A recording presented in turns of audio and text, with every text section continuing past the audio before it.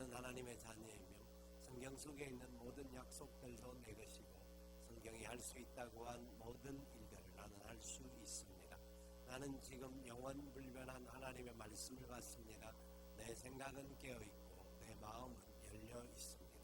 지금 받으려 하는 하나님의 말씀으로 인해 분명히 나는 변할 것이고 성장할 것입니다.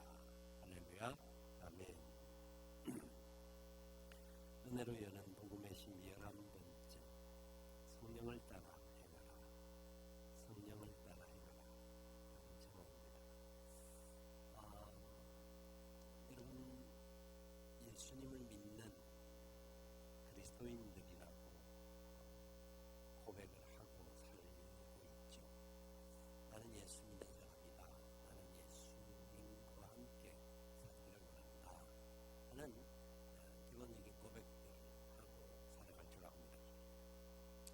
그런데 우리가 예수를 믿는 사람이라고 하기에 예배에 나왔는데 과연 우리의 삶을 돌아볼 때에 우리 모습 속에 예수 그리스도의 향기와 그리고 우리의 모든 삶의 자리 안에서 예수님과 함께 동행하는 모습들이 세상의 사람들 앞에 우리 크게 교회 안에서부터 시작해서 우리 가족 그리고 이웃 나아가서 세상 속에서 우리 모습이 얼마나 비춰지고 있습니다.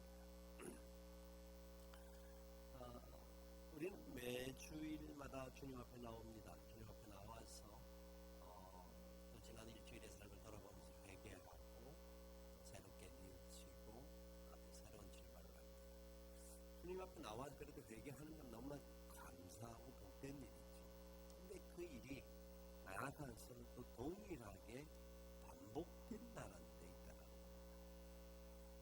우리가 삶의 자리 안에서 날마다 제대로 살고 있는지, 좀 더 나은 열매 맺는 삶을 살 수는 없는지, 지금보다 훨씬 더 나은 부분들이 우리의 삶에는 그렇게 사는 사람도 있습니다만은 그러나 대다수의 사람들의 모습 속에서 저를 위해서 오는 사람들 속에서 연약함들 때문에 이 다람쥐 쳇바퀴 돌듯이 반복되어지는 그런 삶을 사는 경향들이 없잖아 있다고 합니다.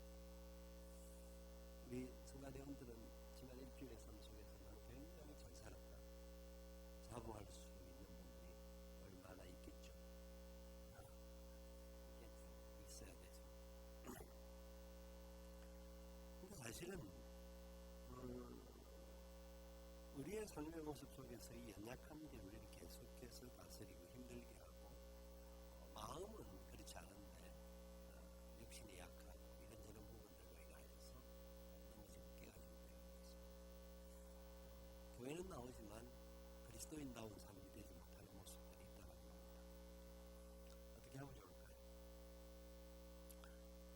세상에서 가장 무서운 적이 누굴까요? 세상에 가장 무서운 적은 우리를 향하여 공격해오는 원수 마귀입니다만은 또 일반적으로 우리를 둘러싸고 있는 많은 환경과 위험한 여러 가지 일들이 가장 무서운 적이지만 그 중에도 무서운 적은 바로 나 자신입니다. 자기의 욕망과 교만함과 나약함들, 게으름들 이런 부분들을 우리가 싸워 이기지 않으면 우리는 또 반복해서 똑같은 죄 속에 빠지게 되는 그런 요소들이 일어나지 않을 수 있다는 겁니다. 사도 바울은 오늘 이 본문을 통해서 이 말씀을 하고 있는 것 같아요. 한 두 가지 흐름을 이야기해 주는데 그것을 단적으로 표현을 하면 육체적인 삶이냐 성령을 따르는 삶이냐, 육체의 지배받느냐 성령의 지배와 이끌림을 받느냐 하는 문제라는 겁니다.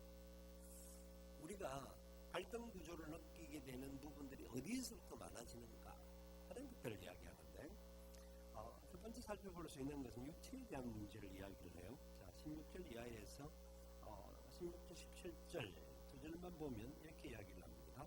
같이 읽어봅시다. 내가 이르노니 너희는 성령을 따라 행하라. 그리하면 육체의 욕심을 이루지 아니하리라. 육체의 소욕은 성령을 거스르고 성령은 육체를 거스리나니 이 둘이 서로 대적함으로 너희가 원하는 것을 하지 못하게 하려 함이니라. 이제 육체와 성령이 서로가 대치되어진다라는 것을 말하면서 이 둘이 육체와 성령이 서로 대적합니다. 대적하면서 너희가 원하는 것을 하지 못하게 하려 한다. 너희가 원하는 것이 뭐냐면 육체의 소욕입니다. 우리는 그냥 가만히 두면 육체의 소욕으로 갈 수밖에 없는 사람입니다. 그래서 성령께서 우리와 함께 하셔서 우리가 육체의 소욕대로 나아가지 않도록 하시는데 첫 번째 알아야 할 것이 뭐냐? 육체의 소욕을 따라가는 삶의 모습입니다. 우리가 우리 내 자신뿐만 아니라 우리 모두가 이 세상을 사는 사람들은 다 이 육체의 소욕을 따라가는 부분이 많습니다. 일반적으로 완전히 따라가는 사람이 있고 반쯤 따라가는 사람이 있고 갔다가 안 갔다가 하는 사람도 있을 수 있습니다만은 대다수의 사람들이 육체의 소욕을 따릅니다. 육체라고 하는 것은 하나님께서 우리에게 주신 몸도 육체입니다. 이것은 신체에 대한 부분을 하나님께서 말씀을 하시는 것이 아니에요. 첫 번째는 몸도 육체지만 이 육체라고 하는 것은 육체의 소욕, 육체의 욕심, 욕망을 말하는데 사르크스라고 하는 헬라어 단어를 사용하는데 그것은 죄를 말합니다. 우리 안에 우리가 붙잡고 있는 그리고 우리를 둘러싸고 있는 마음이 있어요. 육체의 마음이 있어요. 그 죄의 마음. 그 죄의 마음들이 우리를 다 잡고 있는데 인간이 하나님 앞에 대적함으로 말미암아 자기가 독립되고 하나님과 같이 되기를 소망했던 그때부터 찾아왔던 것이 바로 이 죄의 마음. 죄의 마음. 그래서 육체의 욕심과 육체의 소욕은 하나님을 떠난 부분들이고요. 그래서 육체의 부분들은 얼마나 문제가 많이 있는지를 우리 스스로에게도 이야기합니다. 예수님께서 이 땅에 계시면서 제자들에게 말씀을 나누실 때 요한복음 6장 63절에 보니까 이렇게 말씀을 합니다. 살리는 것은 영이니 육은 무익하니라.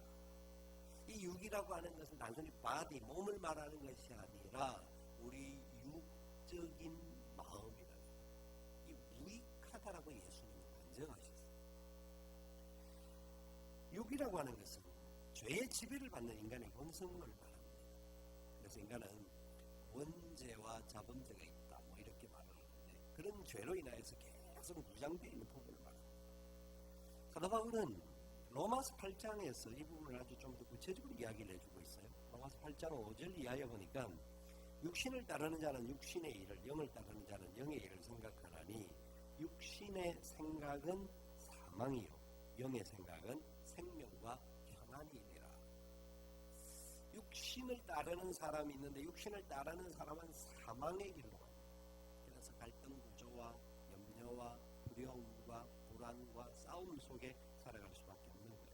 그래서 8장 7절 8절에 뭐라고 하느냐면 육신의 생각은 하나님과 원수가 되나니 하나님의 법에 굴복하지 아니할 뿐 아니라 할 수도 없습니다.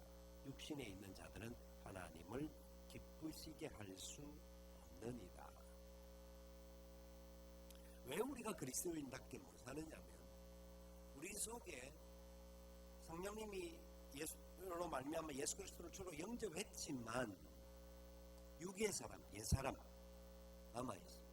우리 갈라디아 1장, 2장, 3장을 통화해서 계속 살펴보았듯이 이 싸움을 계속 싸우는데 그렇게 사는 모습들이 우리 안에 있다는 거예요. 구체적으로 가면 어떤 것이냐?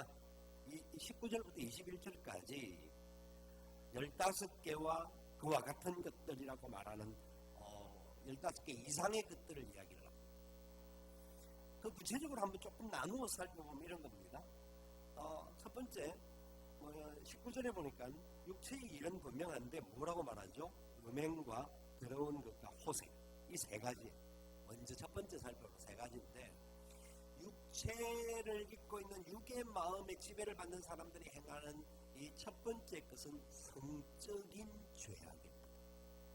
성적인 죄악.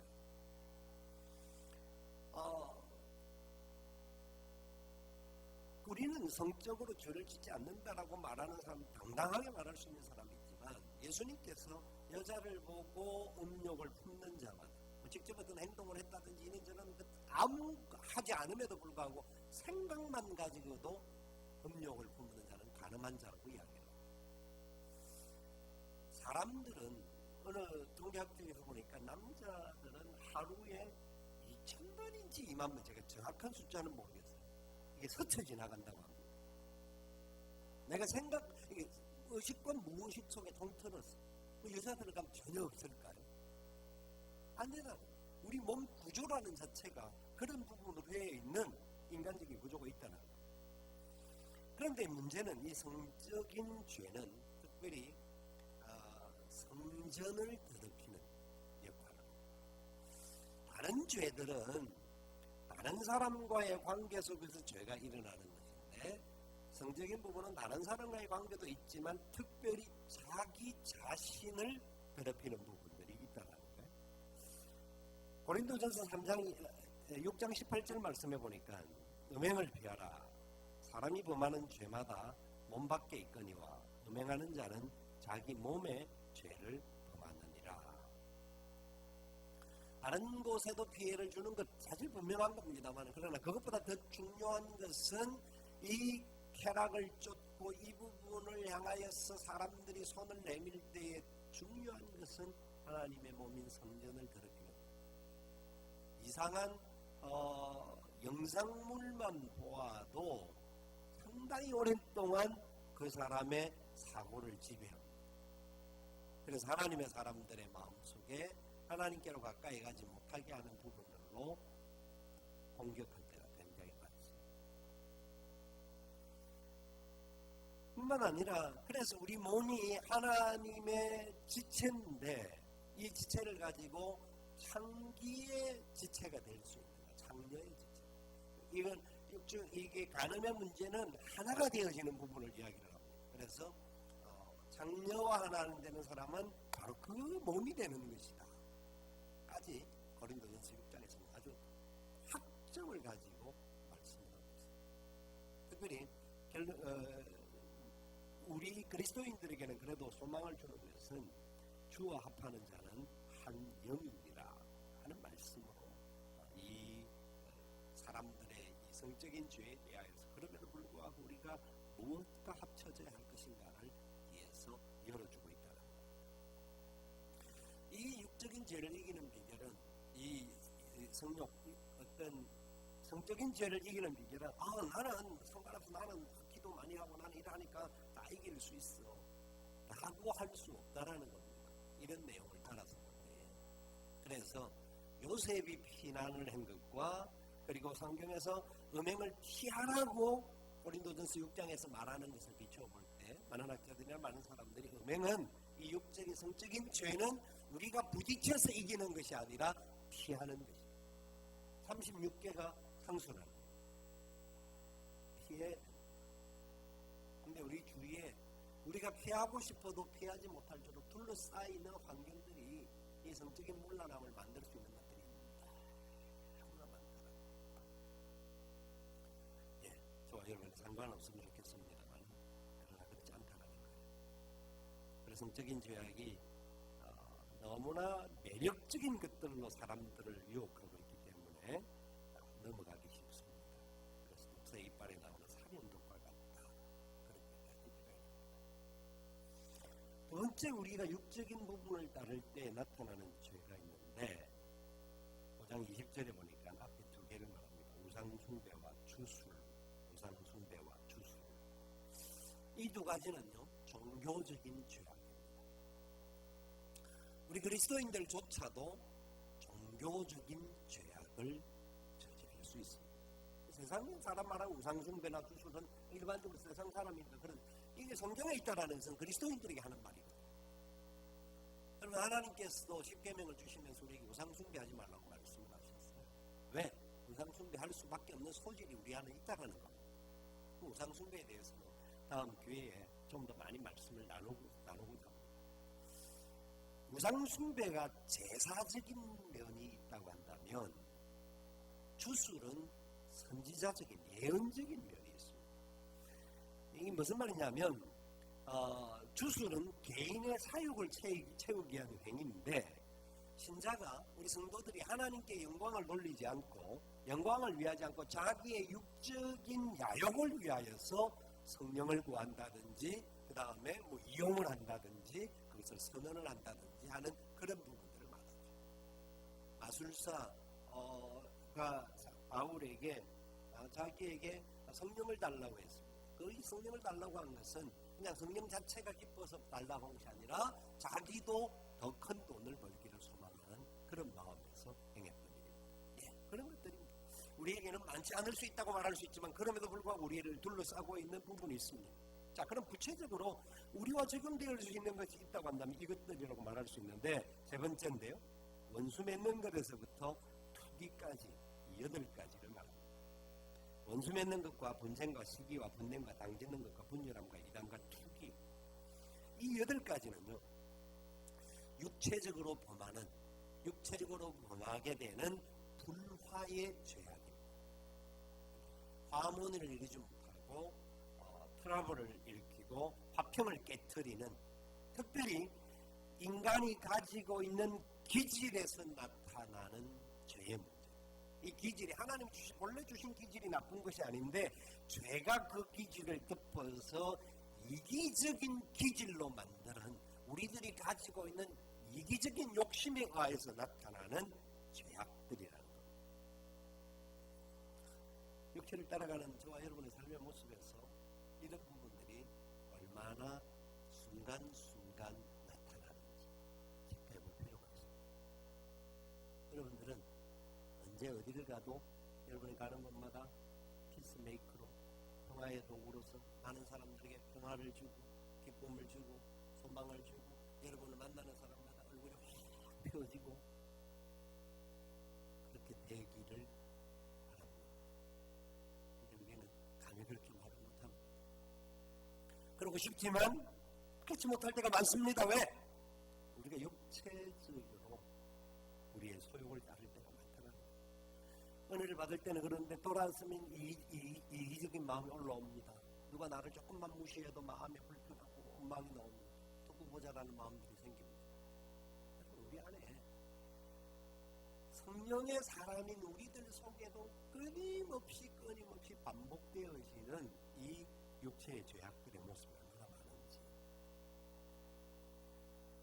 네 번째 죄악이 뭐냐면 술 취함과 방탕이라고 말합니다. 그리고 또 그와 같은 것들이다.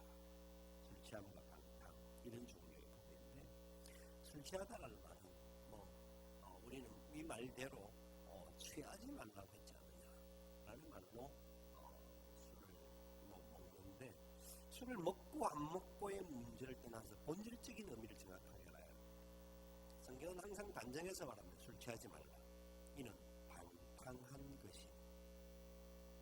술 취함을 이야기할 때 반드시 대비해서 말하는 게 성령의 충만을 받으라 라는 것과 대비해서 말합니다.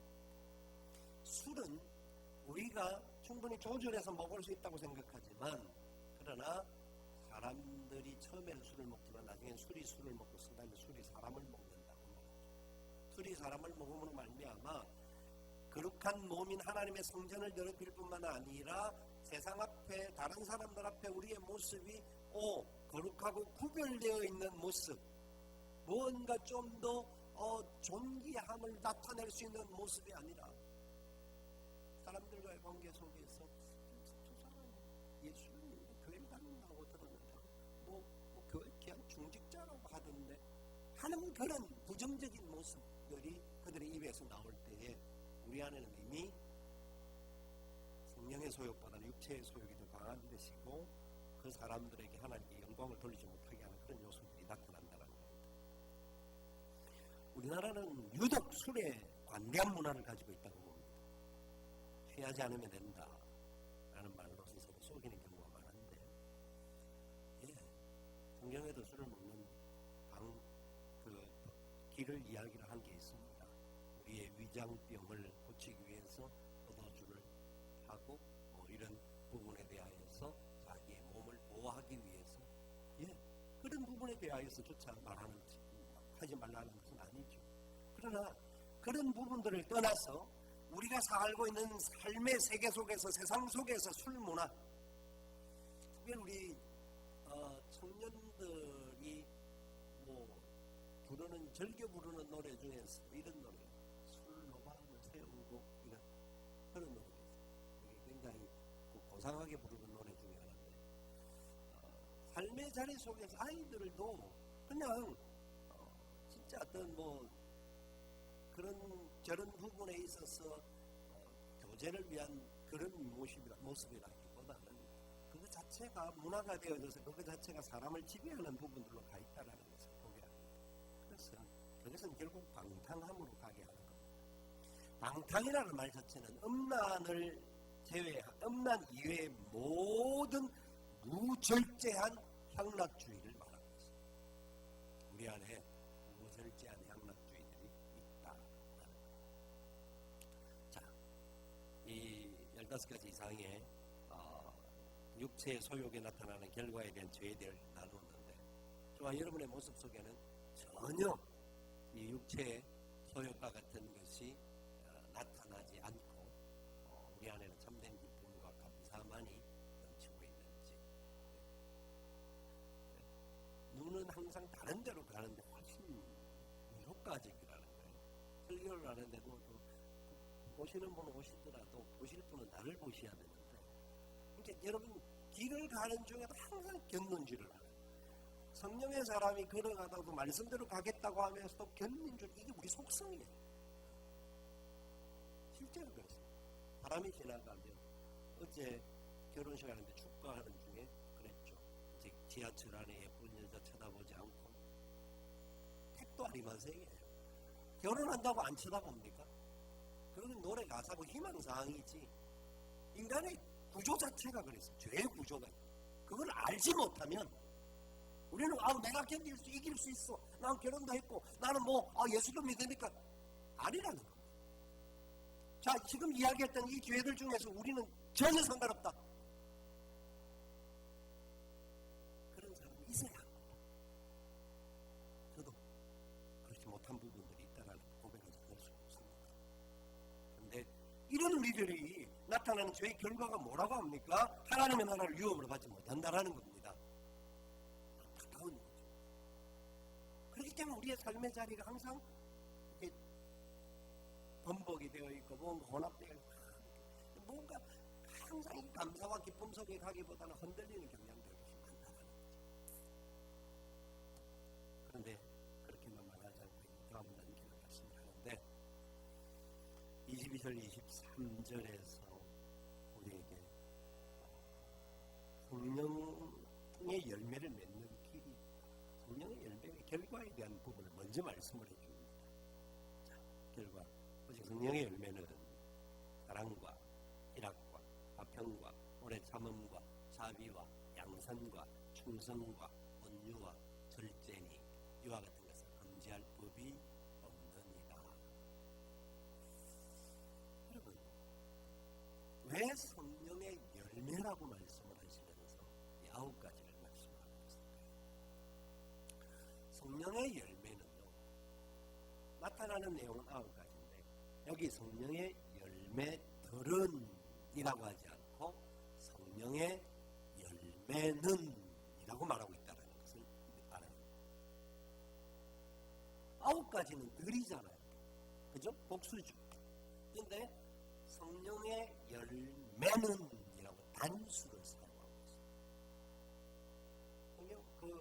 이 사람들 일반적인 문법에는 복수와 단수가 분명히 명시되어집니다. 헬라어에서도 이것을 단수로 네, 우리가 행하는 모든 일들이라든지 우리가 맺을 수 있는 열매는 성령의 단일하신 역사로 말미암아 나타나게 되는 거예요. 이게 우리가 어떤 힘이나 능력이나 기질이 좋아서 열매를 맺는 것이 아니라 열매가 여러 가지로 나타나는데 그 여러 가지 나타나는 열매는 오직 성령에 의하여서 나타나게 된다는 겁니다. 성령이 아니고서는 열매를 맺게 할 수 없다라는 거예요. 그러면 육체의 기질을 버리고 좀 더 이게 9가지 열매만 있으면 우리 삶이 굉장히 행복해집니다. 9가지 사랑과 희락과 화평과 오래 참음과 자비와 양선과 충성 온유와 절제. 가만히 보십시오. 이 9가지가 나를 위해서도 좋고 다른 사람을 위해서도 좋고 모든 공동체를 풍성하게 만드는 요소라는 것을 알게 됩니다. 이 9가지가 반대 현상이 일어나면 공동체가 파괴되어지고 내가 죽어지게 되고 여러 가지 요소가 어려움과 문제가 생기는 것들이 나타나는 거예요. 그런데 성령의 열매를 맺는 사람들은 놀라운 열매가 일어날 수밖에 없다라는 거예요. 왜? 성령님께서 하시기 때문에. 그래서 결국 성령님께서 우리를 예수 그리스도의 장성한 분량에까지 예수 그리스도를 닮도록 하는 데까지 이끌어 가신다라는 것을 말씀하고 있는 거예요. 그런 열매가 우리 안에 나타날 수 있다. 아멘. 믿어요.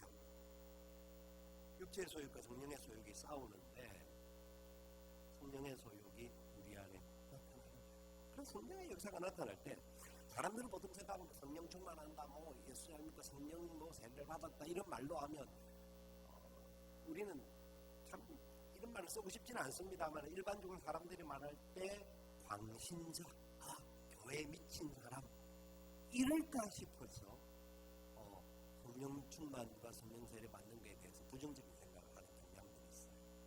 여러분, 성령님이 임하실 때 그 사람들의 삶의 자리에서 교회 안에서만이 아니라요, 모든 삶의 자리 안에서 가장 온전하고 성숙하고 가장 풍성한 역사를 이룬다라고 성경은 말씀하고 있는 것을 아시지 않습니까?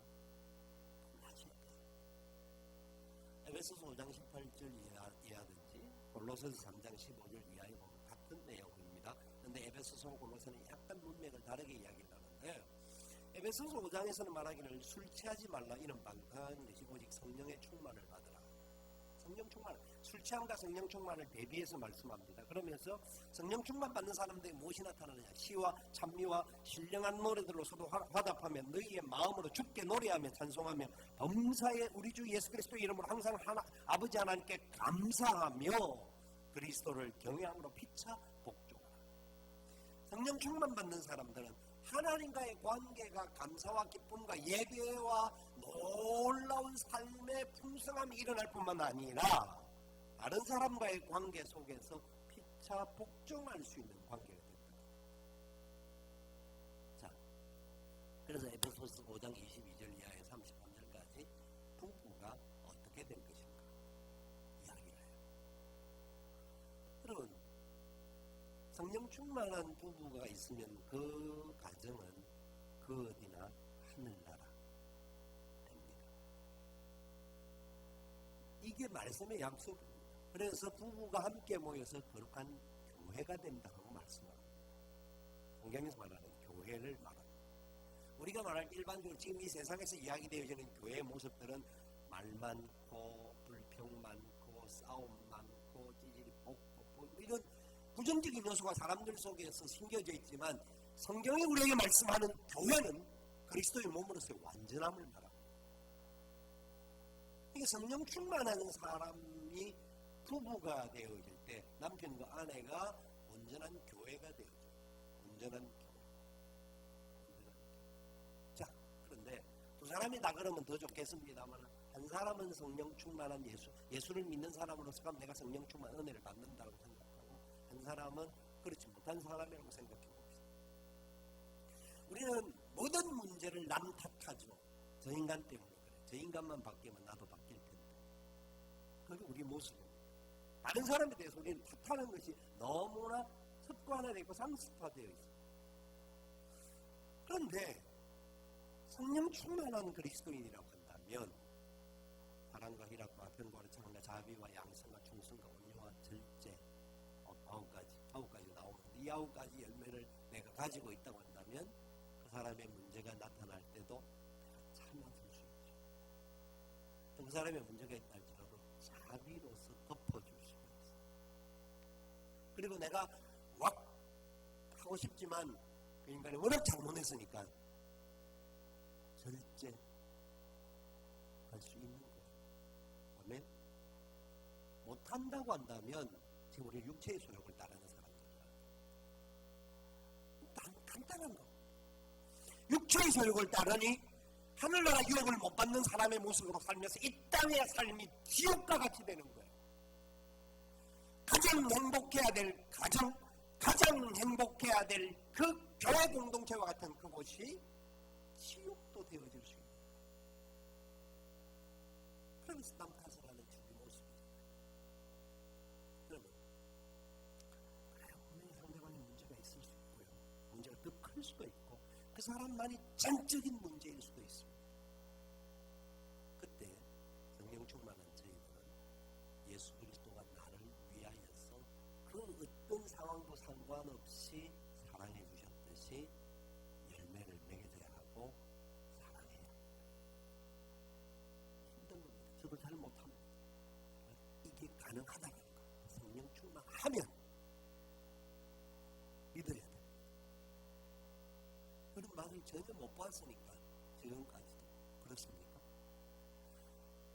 부부 간의 관계가 아닙니다. 부모와 자녀의 관계도 동일하다고 말씀합니다. 성령 충만한 사람으로서 어떻게 자녀를 양육하고 어떻게 부모를 공경하고, 그것만 있습니까? 세상에 나가서 종이면 종답게, 주인은 주인답게 성령 충만할 때 내가 살고 있는 삶의 모든 자리에서 성령의 열매를 나타내게 한다라는 겁니다. 가능하다라는 겁니다. 우리는 그렇게 못 사는 이유가 뭔지를 알아요. 이유는 간단한 거예요. 육체의 소욕을 따르고 성령의 소욕을 거역하는 거예요. 성령 충만하지 못하고 육체의 소욕에 지배를 받고 있는 부분 때문에 그래요. 우리 인간이라는 구조 자체가 철저하게 이기적입니다. 왜요? 죄성 때문에. 죄라는 놈은 철저하게 이기적입니다. 그런데 예수님이 들어왔기 때문에 저와 여러분은 이 이성이 변하여서 예수님의 아가페적인 사랑, 조건적이라든지 뭐 때문에 사랑이 아니라 그럼에도 불구하고의 사랑을 실천할 수 있는 은혜를 주셨다는 거예요. 그래서 성령의 열매 9가지를 한마디로 말하면 예수의 사랑입니다. 예수님의 사랑. 고린도전서 13장이 사랑장이잖아요. 사랑을 하면서 쭉 나오는데 다 성령의 열매와 같은 거예요.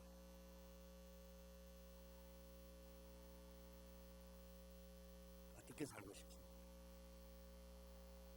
승리하기를 원하십니까? 아니면 그냥 지옥과 같이 그냥 그저 그렇게 살기를 원하십니까? 지옥은 아니래도 끝까지 재미와 기쁨을 가지고 살지 못하지는 않습니까? 그렇게 사는 것보다 더 큰 기쁨 가운데 살고 싶지 않습니까?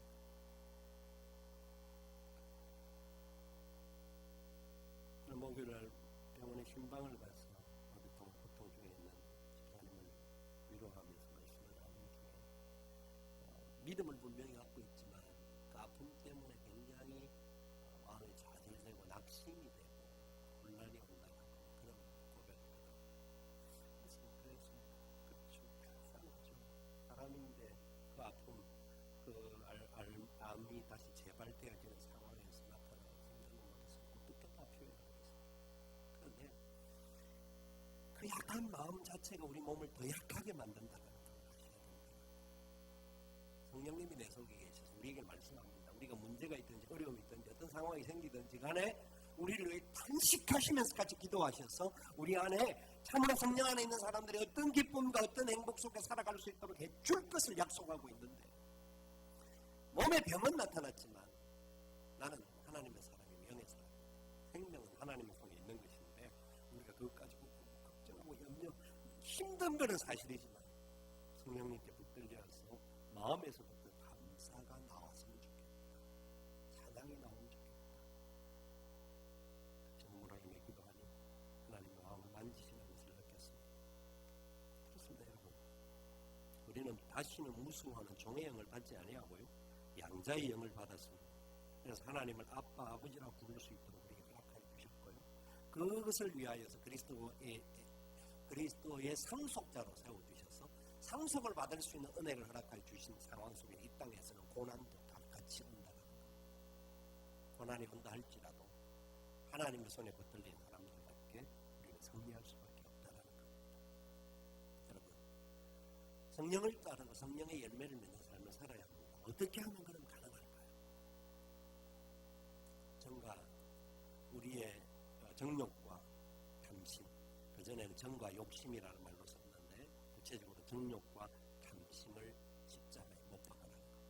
그러니까 육체의 소욕을 십자가와 함께 못 박아야 된다. 의지적인 결단이 있어요. 말씀에 대한 지식적인 알미 있어야 되고 의지적인 결단이 있어야 합니다. 그래요. 내가 따르기를 원하는, 좋아하는 거 이렇게 가면 좀 더 행복하고 쾌락이 있고 즐거움이 있고 우리 뭐 유익이 될 것 같아 라고 하는 것들을 십자가에 못 박으라. 결단을 하라는 거. 여러분, 주님이 그 결단을 해주셨습니다. 아버지, 할 수만 이 산을 내게서 물리쳐달라고 기도하셨지만 내 뜻대로 마시고 아버지 뜻대로 되기를 원합니다.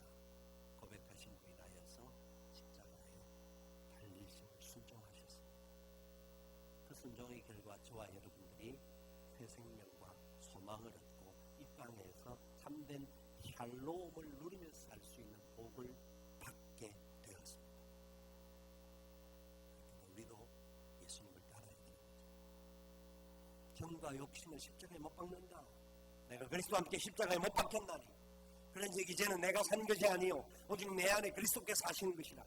내가 이제 육체 가운데 사는 것은 나를 사랑하사 나를 위하여 자기 몸을 버리신 하나님의 아들을 믿는 믿음 안에서 사는 것이라. 예, 주님께도 못 박혀라.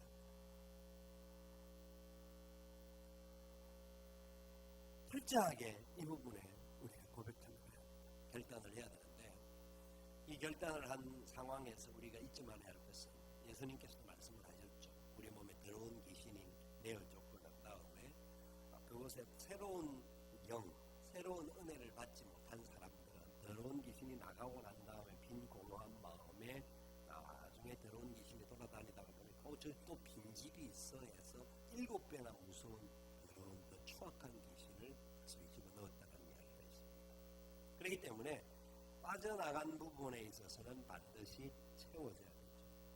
우리가 더러운 귀신, 우리가 이 정욕과 탐심을 십자가에 못 박아야 돼요. 탐심은 우상숭배라고 성경은 말하고 있기 때문에 철저하게 내가 가진 욕심들, 내가 가진 이기적인 부분들을 십자가에 못 박아야 돼요.